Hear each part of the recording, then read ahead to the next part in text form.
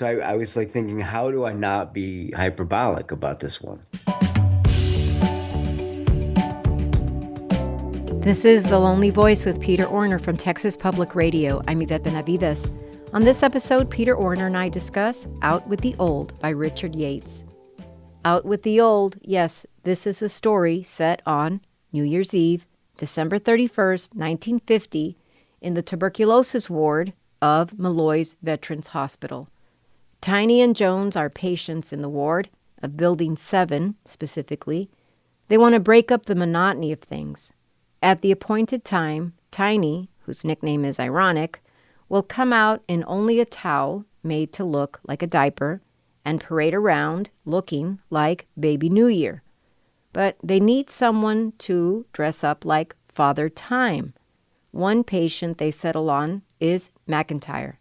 And even though he's only 41 years old, he looks gaunt, gray-haired, and haggard. Problem is, he won't do it. And then we learn about his recent visit home. The complicated re-entry for him is compounded by the fact that he has been in the hospital a very long time, years in fact.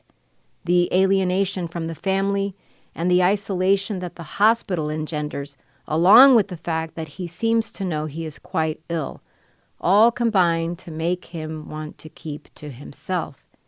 He is also consumed with the idea of writing a letter to his daughter, the objective for which is not certain, and when the mystery of this activity grows, an unexpected shift occurs in the story.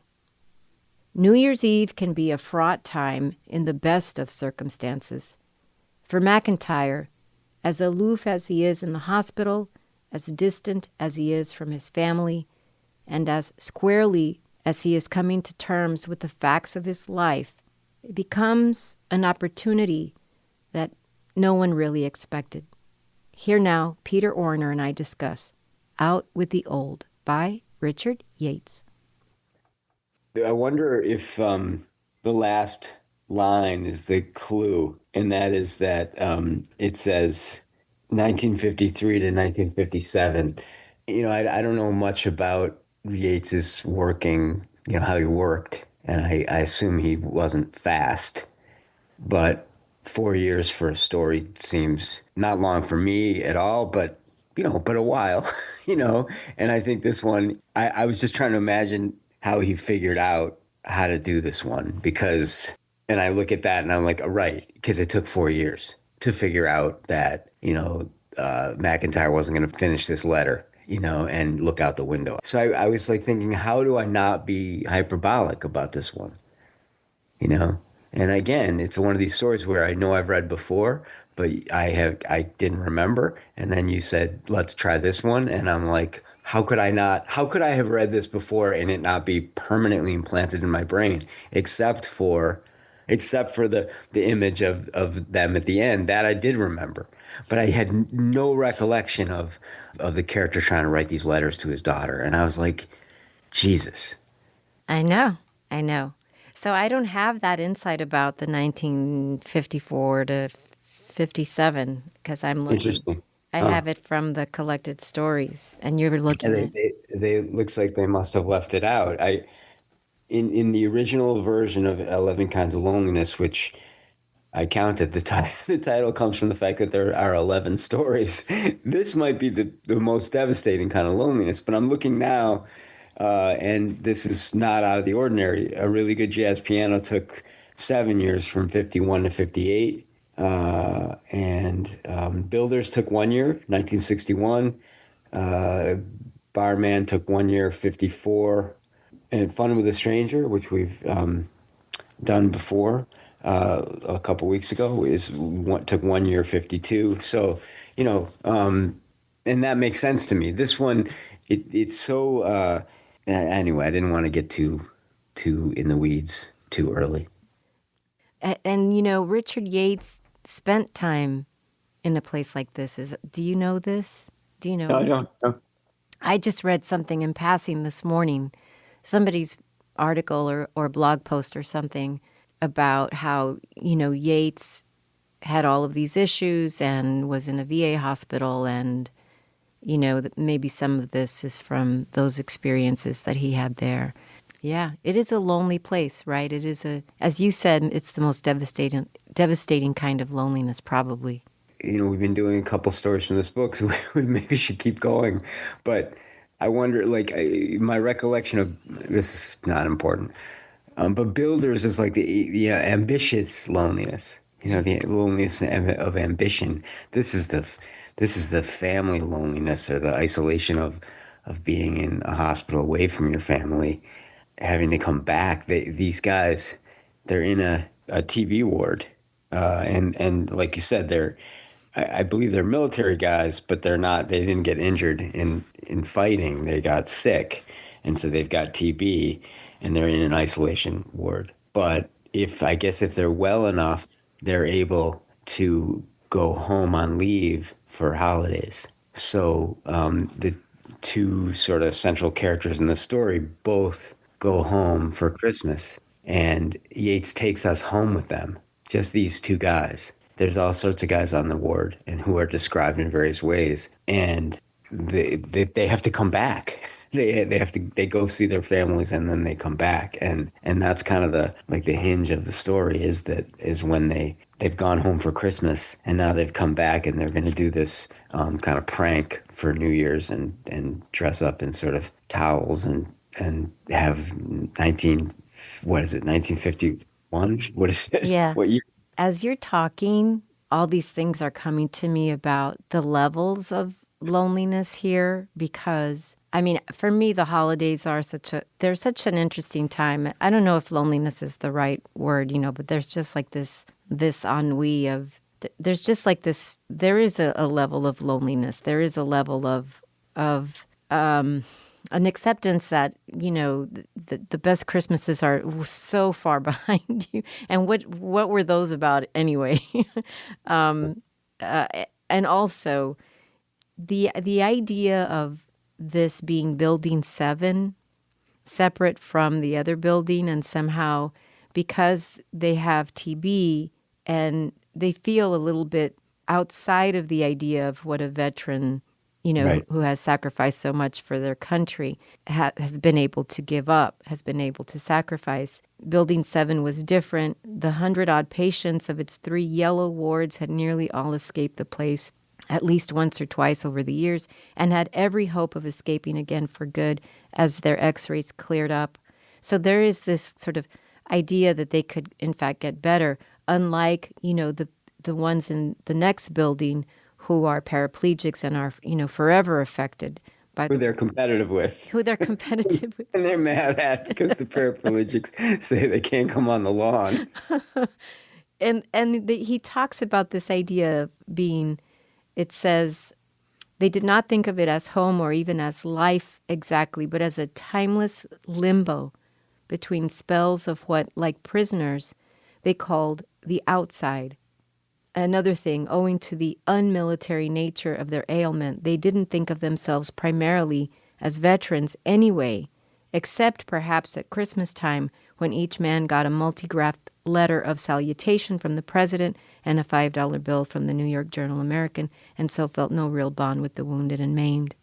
So already we know that the men in this story, in this TB ward, are outsiders of outsiders of the outsiders of the outsiders at Christmas time. And the idea of going home, I think about a movie like The Best Years of Our Lives, where there's this ensemble cast of these men who go home, and how things have changed and how they have changed, and things are never, ever, ever going to be the same, and all of this. But there is this idea about coming home from the army, or coming home from a war, or coming home from the military, but then also coming home from the hospital, where you basically are living. These guys are basically living there and go home very intermittently. And so this idea of being an outsider in their own home is just protracted. It's just extended and extended. For McIntyre, he's going home at a time when his children are also changing, no longer children, no longer who they were before. and he has lost all of this time with them. And, he doesn't seem to like his life there at home. He seems very alienated from the family structure, doesn't seem to like the wife very much. And, and the son with the long, pompadour and terrible attitude. And, of course, the issues with the daughter. Every paragraph, you're just sinking deeper and deeper into this terrible, hellish place with this story. You nail it. It has to do with the fact that they're in this weird limbo, and it's devastating to go home and then have to come back to this hospital. And they don't live at home anymore, and home is becoming more and more distant. The hospital is somewhere in New York. Their families are somewhere in New York and Queens and Brooklyn, and they're not far distance wise, but it's like that life is over.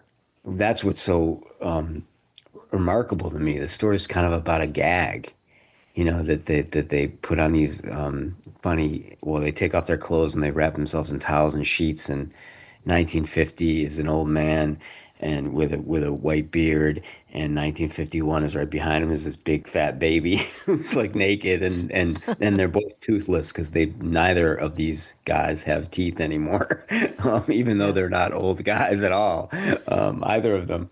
But the story starts out with two guys plotting to do this gag and walk through the wards on New Year's Eve at the stroke of midnight, and entertain. It's a gag thing, and they ask. It's two guys, Tiny and Jones, and they ask McIntyre to do it with them because he's kind of old and already old looking and has gray hair, and they think that he's going to be the perfect person to play 1950. And McIntyre's like, "Fuck you, I don't want to do that. Get out of my face." And then the story shifts to having we have Tiny, who's this jolly, jovial, and somewhat annoying character who has this rubber duck that he quacks all day long, and everyone can't stand him.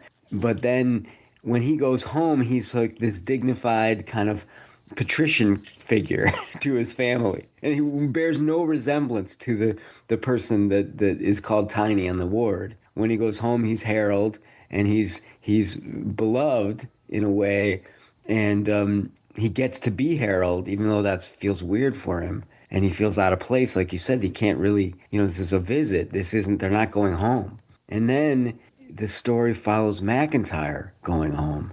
And then it's like and this is where those 4 years of him working on the story, I start to feel them, because the natural movement of the story is to, follow these two guys home and then figure out a way to get them together to do the gag, But anyway, I don't know where I'm going with this, except to say that something happens when McIntyre goes home, and that it starts to become like pretty devastating. There's something up with his daughter, and he doesn't know what's going on. And there's this dialogue that between him and his wife that is so intense. And again, and sort of gets off the the humor of the story. I mean, it's hilarious. I mean, on the TB ward, it's not fun at home. No one's having fun at home. That's such an interesting observation. It's almost like, and I think this happens also to guys who have, been in wars or been in the military. They just get so used to that life that it's a very difficult assimilation. Yeah. I'm stating the obvious, but there's something else going on with him too. Whatever that is, whatever brush with mortality he's having, and with the passage of time, with recalling his daughter as a little girl, and when they used to take these walks in the Prospect Park, and all of this, and there is like this kind of thing that's happening with McIntyre about the passage of time. I think he's only 41. The trouble was that McIntyre, a fragile man of 41 with a lined, sarcastic face, was trying to write an important letter at the time. And then, of course, as you said, he doesn't have his teeth either. And he's gray and balding. And so this is why Tiny and Jones want him so badly to play this part. Right. They're like, sorry, but this is what you look like. And he says, no thanks. Find somebody else, okay? Ah, geez, you got to do it, McIntyre. He said, listen, we thought of everybody else in the building, and you're the only one, don't you see? Skinny, bald, a little gray hair. And the best part is you're like me. You got no teeth either. Then to show no offense was meant, he added, well, I mean, at least you could take them out, right? You could take them out for a couple minutes and put them back in after, right? And he's not having it. I mean, he is, first of all, I think just doesn't have the personality. It's like not his matrix to do this. But also, he's very preoccupied with this letter and what he's experienced at home. And he's saying to them, no. And of course, at this point, we don't even really know what McIntyre has endured. We only No, know. we got no idea, and that to me is the brilliance of the story is that when we've all been in a situation where we sort of thrown in with people and we become like not ourselves. You know what I mean? We like, Yes. you're in boot camp or you're whatever it is, like the times, or you're at work, the pressures and intensities of that. Nobody knows what's going on in the rest of your life, and these guys have all of these lives. And so Tiny and Jones, well, how would they have any idea what's going on with McIntyre? They don't talk. They don't talk about that, you know, and it's only because Yates, pulls the curtain back that we are able to later in the story see what's troubling McIntyre when he's trying to write all these letters on his bed. Everyone in the ward has seen him trying to write these letters on his bed, but nobody knows what it's about, and nobody really cares, right? Yeah.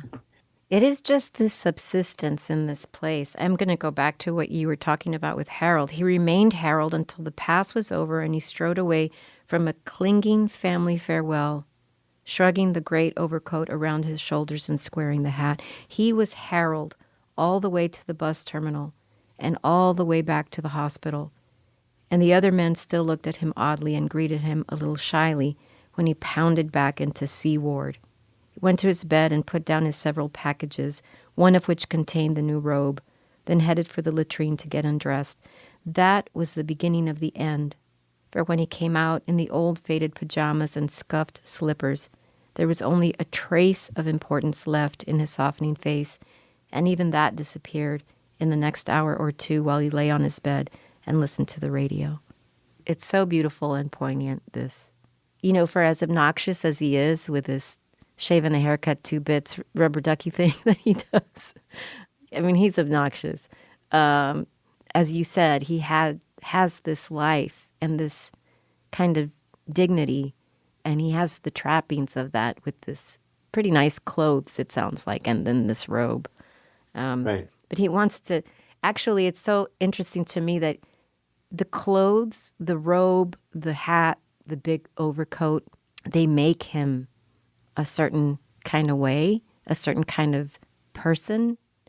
And what he really wants to do is be this baby New Year and take off all his clothes and Right. and just shed all of it and walk into the new year. I mean, I don't know if I'm reading too much into it, but No, it is very I interesting. want to go back a little bit. He remained Harold until the past was over, and he strode away from a clinging family farewell, shrugging the great overcoat around his shoulders and squaring the hat. He was Harold all the way to the bus terminal and all the way back to the hospital. And then, as you say, he goes back to who he has become on this ward, which is who he is. This old Harold, where he's at home in Queens, is not Harold. Yes, and this is how people, I hate to say it like this, but this is how we look in the hospital, in the Yeah. hospital gown or whatever, in our faded pajamas and whatever. Right. We just appear just not ourselves. There is something about that idea here. Not so much for not so much for McIntyre. I feel like maybe he's so far gone and maybe he's sicker or something is happening with him that there's not all this about, the clothes he wears and how different he might appear. It's really like he just is still himself in both places, in both spaces. Yeah, no, he's dragging it along. He's dragging it along with him, which is why you're not prepared really Y- for. Yeah. I mean, Harold's homecoming is fairly typical, right? They call him Uncle Harold, and he gives the nieces and nephews some kisses or whatever. I don't know if kisses are maybe the best idea when he's got TV, but it does seem that that's a fairly normal if bittersweet visit, and then he moves us to McIntyre. And I mean, it just the architecture of this story is so. I could see how it would become too symmetrical. I mean, I'm just trying to imagine his problem in how to figure out how to do this, where Hmm. you have 1950 and 1951, these two characters who are representing those years, right, in this goofy gag that they ended up pulling off at the end. But then, so then he's got Harold go home, and then McIntyre goes home, and Hmm. McIntyre's home. You start to realize, oh, here's where the story is. We're taking a lot longer, and it is a very very sad visit. A father is completely isolated from his wife, from his son, from his daughter. It becomes violent. It becomes violent in one moment, and then it becomes like it happens again. He hits his son. The darkness of the story, it takes this turn, and it's like you can feel it sort of almost, you can feel this character being ground down and the desperation becoming a lot more intense. I'll just read a little bit. He's trying to figure out what's going on with his kid, his daughter, his older daughter. Honey, listen, McIntyre leaned forward with both elbows on his skinny knees. Can I ask you something? What's all this business about being nervous? Ever since I come home, that's all I heard. Jean's very nervous. Jean's very nervous. So listen, will you please tell me something? What's there to be so nervous about? Nothing, she said. I don't know, Dad. Nothing, I guess. Well, because the reason I ask, he was trying to make his voice deep and gentle the way he was almost sure it had sounded long ago, but it came out scratchy and querulous, short of breath. The reason I ask is, if there's something bothering you or anything, don't you think you ought to tell your dad about it? And remember, this guy's been away. Like, he's not there. But he's trying to be, how he may have been, 3, 4 years ago, or how long it's been gone.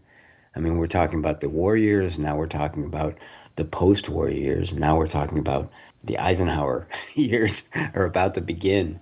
Um, and uh, and I just thought that this moment, her fingernail tore into the quick. She's picking a pimple on her head, I believe. I mean, it's just like so real. It's painful, which caused her to shake violently and pop it into her mouth with a little whimper of pain. And suddenly she was on her feet, red faced and crying, Dad, will you leave me alone? Will you just please leave me alone? And he's got leave me alone, Lea apostrophe Lea, leave me alone. She ran out of the room and upstairs and slammed her door.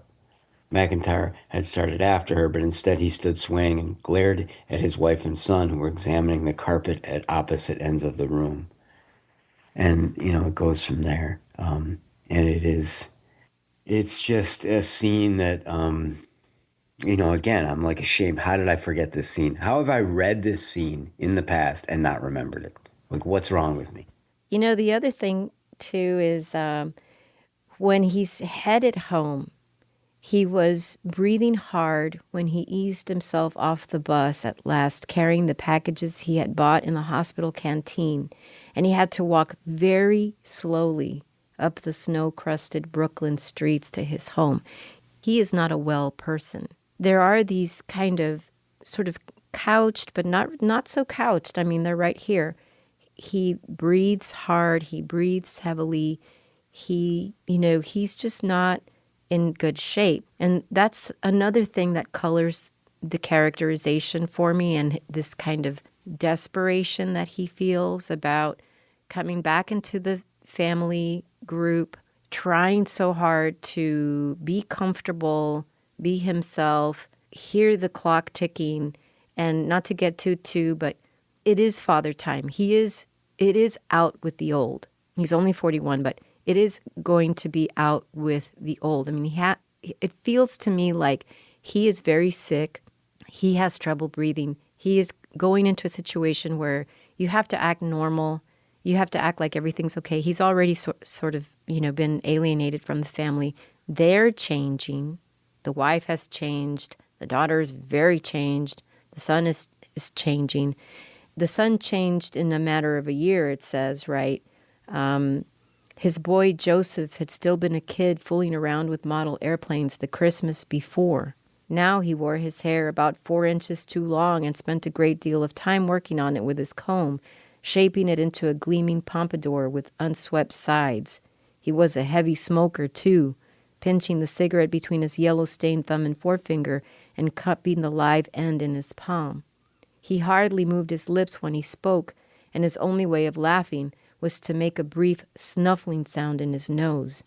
So everybody's changed, or everybody's changing, and, I feel like McIntyre hears this clock ticking for himself, and not only can he never recapture these moments of the past that maybe he's looking on with a little bit of nostalgia, it seems like.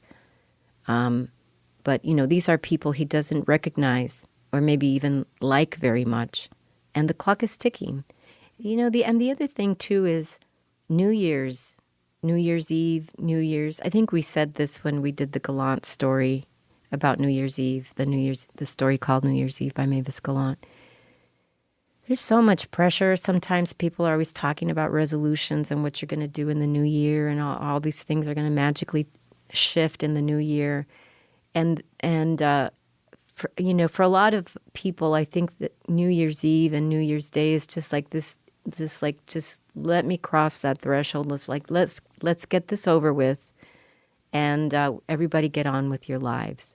Yeah, only freaks like New Year's Eve. Okay, you didn't say that last time. We're all holding our breath from Halloween. Yeah, we're just, I think Valentine's Day. 85% of people are just trying to live through it. Yeah, I agree with you. So, but I think that's another thing that's this pall over this whole story. It's Christmas, it's the holidays.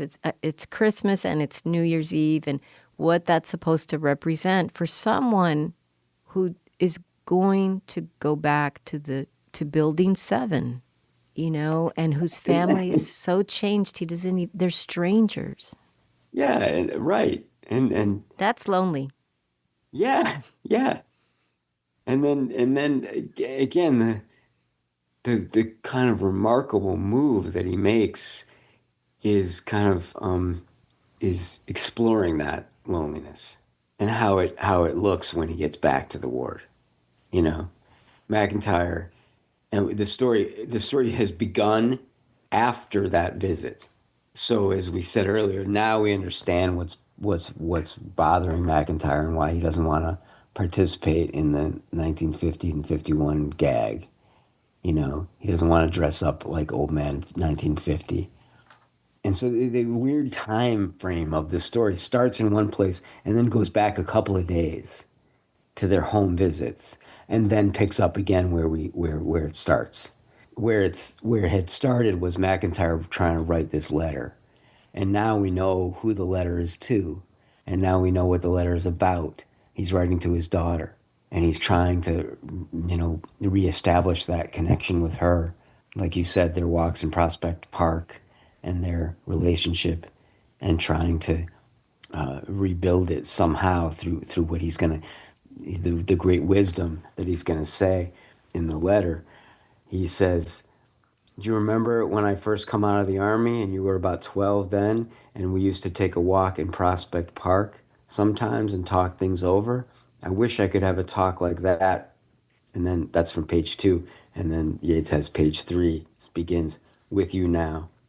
Your old dad may not be good for much anymore, but he does know a thing or two about life, and especially one important thing, and that is..." That was as far as the letter went. Now that Tiny's laughter was stilled, the ward seemed unnaturally quiet. The old year faded in a thin yellow sunset behind the west windows. Then darkness fell, the lights came on, and a shuddering rubber-wheeled wagons of dinner trays were rolled in by masked and gowned attendants. One of them, a gaunt, bright-eyed man named Carl, went through his daily routine. But it's the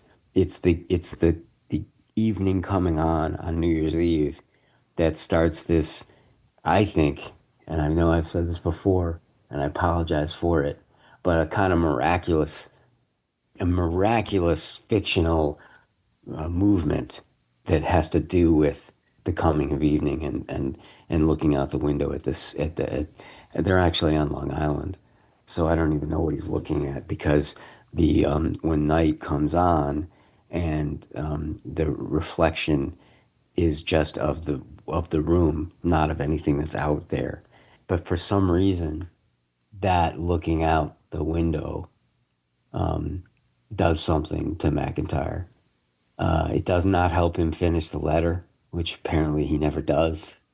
It doesn't help anything. It just, I don't know, something happens. Something happens.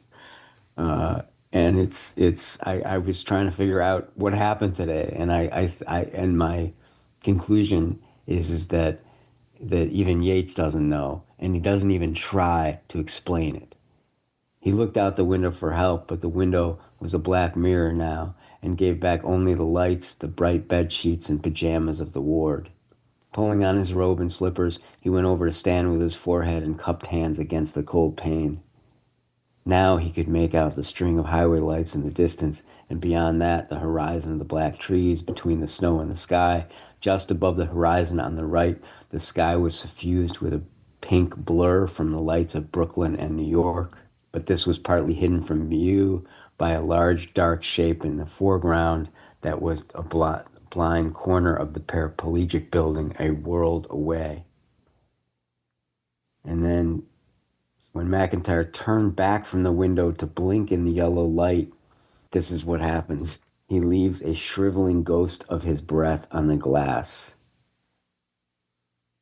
It was with an oddly shy look of rejuvenation and relief. And that's when suddenly he's like, all right, you know what, Tiny, I'll do this thing. And what happens? I have no idea.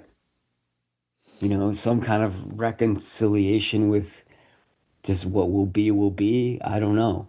But it's, I was reading this morning and I was like, oh my God.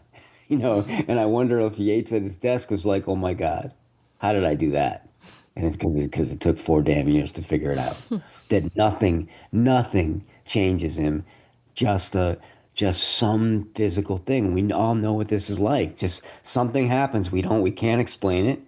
We just carry on somehow. Did you notice all of the times he uses the word yellow? Yellow light, yellow smile, yellow sunset, yellow. The word yellow is all over the place, and I noticed it again when you were reading. The other thing is, right before the part that you just read, where it says, second to the last attempt for page 3 of the letter.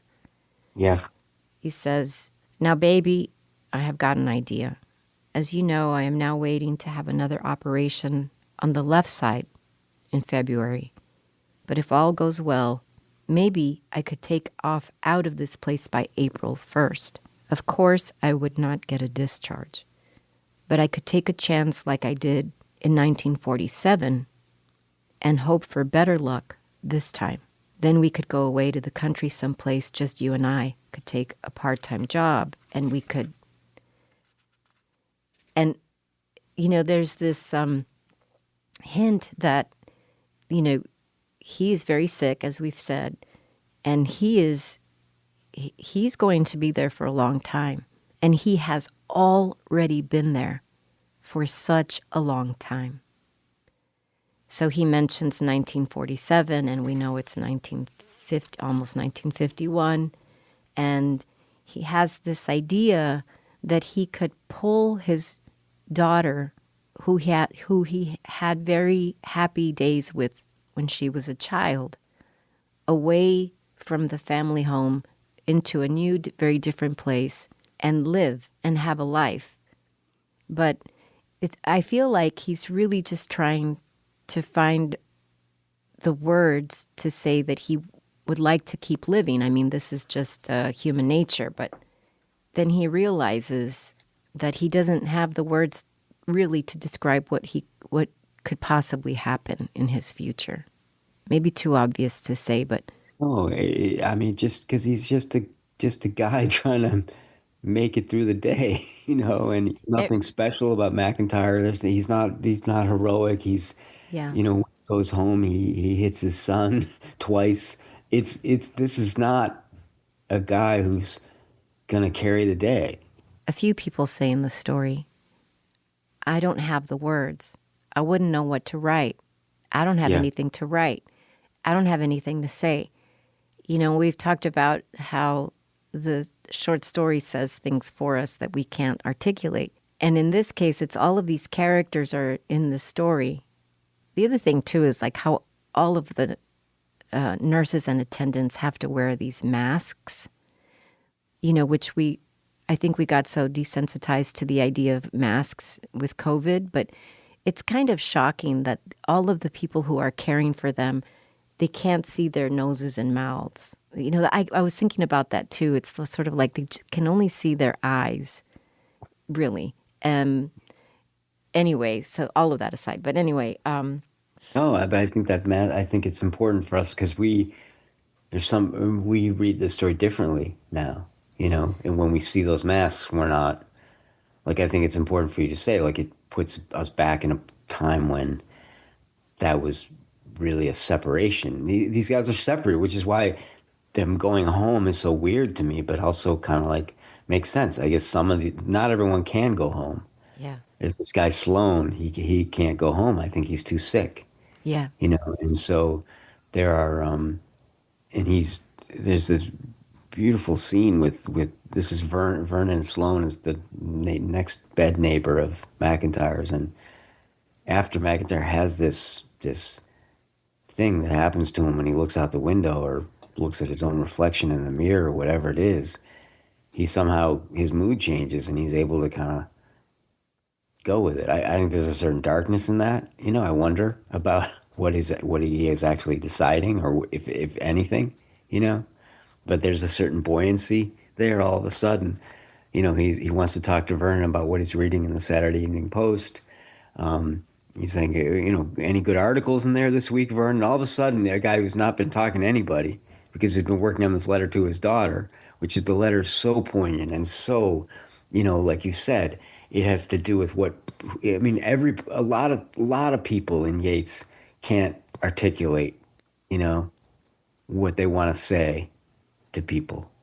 Like that is a common thing of his, I think, where people are not able to express themselves. In some ways, it's all over this book, and it's all over all of his work. yeah. And the other thing, and I'm sorry, as you're talking, my eye just fell on this idea of how where he's throwing away the pieces of paper. The Yeah. paper bag is full of Kleenex tissues because they're constantly having to spit out because they're so sick. And Yates just sort of casually mentions that. Or earlier Yeah. on, he's talked about how they're having to, how the men all have to be spitting out.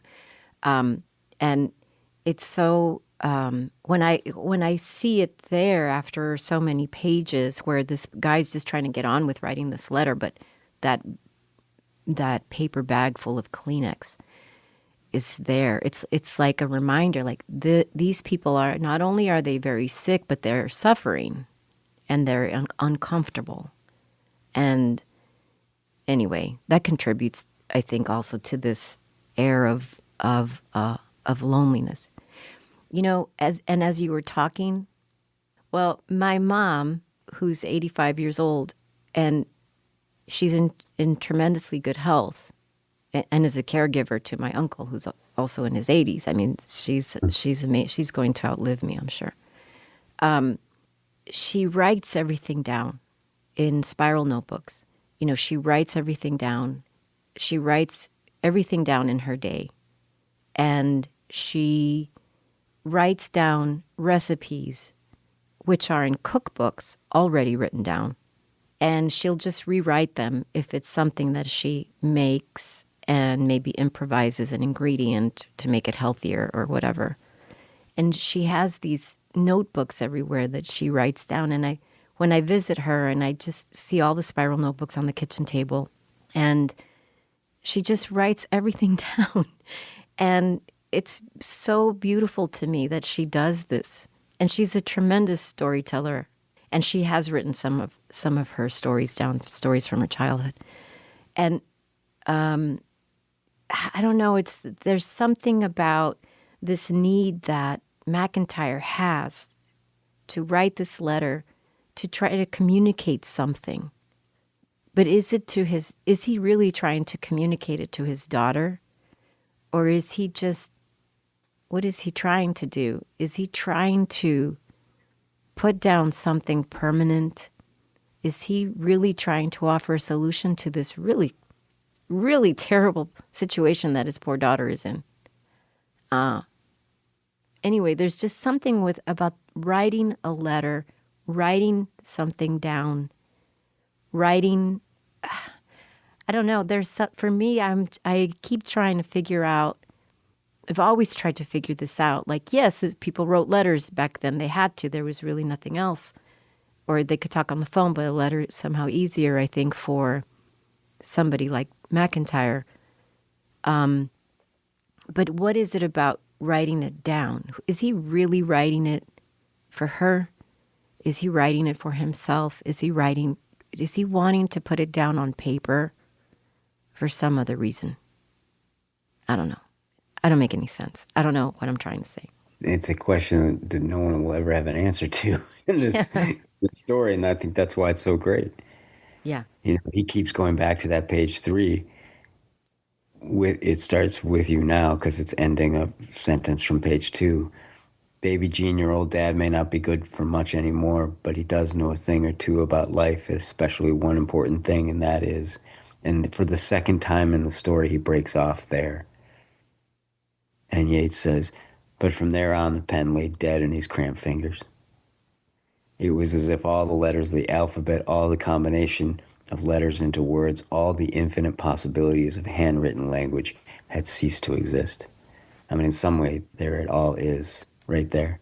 Yeah. Is with all the combinations, all the possibilities. He can't think of what to say here, either whether it's to her, and I do believe he's trying to write her a letter, which I think makes it so devastating. Mm-hmm. But it's not ever going to reach her. And so that I think it begs the question, like you're saying, who is he writing to?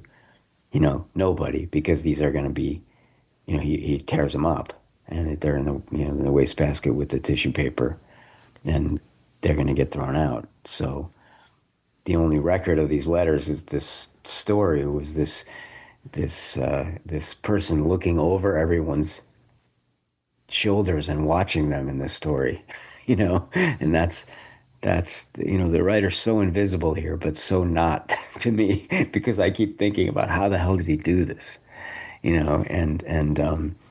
I think what you said about your mother and, just trying to capture something on a daily basis, I think is huge thing to do. What it's for, who it's for, I'm not sure that's the question, it's the act of it. McIntyre, maybe his daughter will never know that at least he tried, or maybe he will. But maybe, do you think he knows he will never be able to pluck her out of that house and take her somewhere and start over? He knows he cannot. I mean, this is the darkness that I'm reading in the story, is that he comes to terms, whatever cheesy way to say. Yeah. That he realizes it. But then I think that's not, I don't think that's necessarily true either. I think there's some kind of, there's so much darkness, but I don't know, there's always somebody trying somewhere, hoping. It makes me think of that, the ending of one of my favorite stories of all time, is John Edgar Wideman's Welcome, where at the very end, the father thinks, hey, if they don't do it, somebody else is going to do it. Somebody else is going to try and do it. They're going to try and make it. He's observing a father and son at the bus stop. I think about this all the time. And I feel like Yates is watching McIntyre and be like, you know what, maybe he's got a shot. Maybe his daughter's got a shot. I doubt it. I doubt it. And things are pretty dark. And remember, these are the Eisenhower years. And I know I've said this before, but my mother, who's also 87 and in great health and doing great, but always talks about the Eisenhower years as being horrible, horrible. She hated Eisenhower. She hated the 50s. And, she likes every other decade. Like every other decade's fine, but the 50s for some reason. And I've always sort of thought about that, and I feel like there was a great deal of despair mixed with the fake optimism of Eisenhower-ish times. I don't know. I'm not making any sense, Yeah. but yeah, I don't know. I don't know what the answer. I don't know if this is an extremely dark story or one that's got some light. And I come down on it's got some light. Yes, I think right after the part, this beautiful, maybe the most beautiful part of the story that you read, where he's looking out the window, where McIntyre's looking out the window. And then he says, "Smoke, Vernon? No thanks, Mac. I smoke more than one or two a day. It only makes me cough." Of course, it only makes him cough. "Okay," McIntyre said, lighting one for himself. "Care to play a little checkers?" So it's so interesting how it's shifted. He's not agonizing over the letter anymore. He's engaging with Vernon. "No thanks, Mac, not right now. I'm a little tired. Think I'll just read a while." "Any good articles in there this week, Vernon?" It feels so uncharacteristic of him to try Right. to be so engaged right after what's just happened. And it goes on, and he says, "Aren't you going to work on your letter?" And he says, "My trouble is I can't think of anything to write about." Looking across the aisle to where Tiny Kovac's wide back sat slumped in the purple amplitude of the new robe, he walked over and laid a hand on one of the enormous satin shoulders. "So," he said. Tiny's head swung around to glare at him, immediately hostile. "So what? So where's that beard?" Such a shift here. Yeah, and so they do it. They dress up like 1950 and 1951, and they parade through the wards. Um, But it you is, know, can if we slow down a little bit. yeah, yeah, yeah, So Tiny wrenched open his locker, grabbed out the beard, and thrust it roughly into McIntyre's hands. "Here, you want it? Take it." McIntyre held it up to his ears and slipped the string over his head. "String ought to be a little tighter," he said. "There, how's that? Probably look better when I get my teeth out." I mean, he's really showing him. He's all in. He's going to do this. But Tiny wasn't listening. He was burrowing in his locker for the strips of bandage. "Here," he said, "take this stuff too. I don't want no part of it. You want to do it? You get somebody else." So now he has to convince this guy. At that moment, Jones came padding over, all smiles. "Hey, you going to do it, Mac? You changed your mind?" "Jones, talk to this big son of a bitch," McIntyre said through the wagging beard. "He don't want to cooperate." So look how the alliance here has shifted, and now they're trying to convince Tiny. "Ah, geez, Tiny," Jones implored. "The whole thing depends on you. The whole thing was your idea." "I already told you," Tiny said. "I don't want no part of it. You want to do it, you find some other sucker." After the lights went out at 10, nobody bothered much about hiding their whiskey. Men who had been taking furtive nips in the latrines all evening now drank in quietly jovial groups around the wards with the unofficial once-a-year blessing of the charge nurse. Nobody took particular notice when, a little before midnight, 3 men from C Ward slipped out to the linen closet to get a sheet and a towel, then to the kitchen to get a mop handle, and then walked the length of the building and disappeared into the A Ward latrine. yeah. And then they do the thing, and it's the happiest New Year's Eve that I can imagine in a way. They go through and everyone's laughing, and even the nurses are looking on and kind of half horror, half laughing, and all over. And so then they finally they go through the buildings and the wards. They don't go to the paraplegics because they're not invited over there, but they're all over building 7. And uh, the last paragraph goes, all over building 7, men wandered in search of hands to shake. Not just that, you know. Yeah. You know how that is when you're in that mode where every hand, Yeah. a lot of hands, a lot of guys probably weren't interested in talking to each other ever, Yeah. and probably hated each other. Not in that moment, though. Under the noise of shouts and radios, the words were repeated again and again. Good luck to you. Hope you make it this year, boy.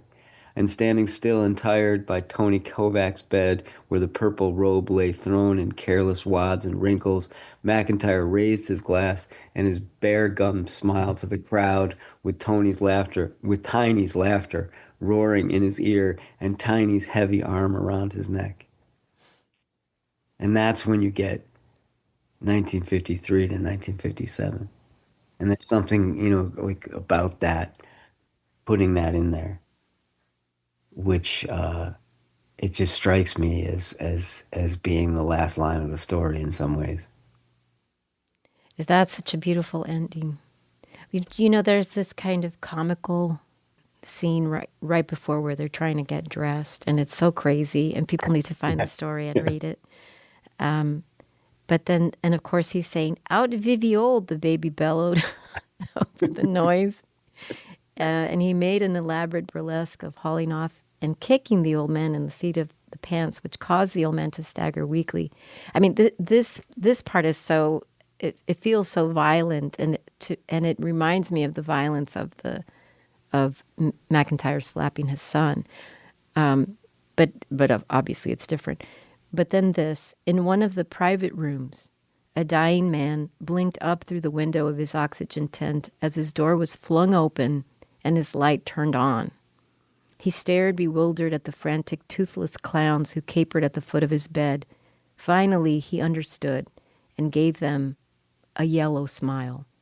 And they moved on to the next private room and the next, arriving at last in C Ward, where their friends stood, masked and laughing, in the aisle. It's so interesting that they had, sort of the audacity to go into the private rooms where maybe the sickest people are, the sickest men are, before they go into the C Ward. But it's just very interesting that's here too. I don't know. Maybe, what does it mean? I don't know what it means. Well, I think it goes back to where you were talking about hospitals, and what there's something so, um, like, in what building is there individual stories, one after the other, mostly not good ones? You know what I mean? Yeah. Like, and so the fact that they go through this hospital and they do try and cheer up these people who are on the brink of death, seems especially pivotal to the whole thing. And Yates is looking around and he's saying, "What do I got here? I got this hospital. Who of course, is going to have people uh, in more isolation because they've got tuberculosis and it's incurable, and they're in these oxygen tents." It's just you mentioned that he'd been to this hospital like this, and I feel like at this point in the story, he's like looking back in his own memories, like, all right, what do I get? What do I have here? And yeah, they're going to do this parade. I know they're going to make it back to the ward with all the people they know, but the strangers that are also in that same building, Yates doesn't forget them. I think it's, I mean, you saved the this podcast by recalling by moving before we got to the end to make sure we got that, because I think that if there's you know a pivotal move in the story, it's that we have to get to that man staring bewildered at the frantic, toothless clowns who capered at the foot of his bed. And like you said, finally he understood and gave them a yellow smile. I mean, right? And there's that yellow again. Yeah. Maybe that's a real smile. I think it's a smile of, like, basically indulging them, but there's some human connection there. He got on New Year's Eve, he got two guys to come and, go through his room and, I don't know, something. Like there's something. At least the three of them were together for a moment. Yeah. It's interesting that you say it's a real smile. I do think he probably doesn't know these guys from Adam, and he sees them, and it's such a genuine reaction. Yeah, What he sees basically in front of probably wants to be alone, but Yeah. for the moment, he's like, all right, all right. And I think one last thing is that this is the second to last story in 11 Kinds of Loneliness, and um, I think that's also pretty deliberate, right? That the next one is about a cab driver who wants to be a writer. And it starts, we should do this one. Yeah. Writers write about writers can easily bring. So if you're reading the original, book of this, and by the way,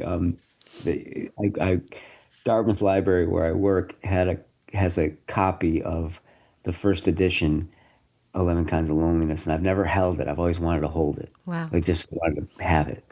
And so I went looking for it the other day in storage because it's off site, because it hasn't been checked out in a billion years or whatever. And somebody stole it. Oh, no. And I don't blame that person because I understand why they'd want it. It's worth in the thousands for sure, but it's gone. And I'll bet in other libraries across the country that hardcover is gone too, because I think I can see why certain Yates freaks like me would want to hold it, and then might not want to give it back.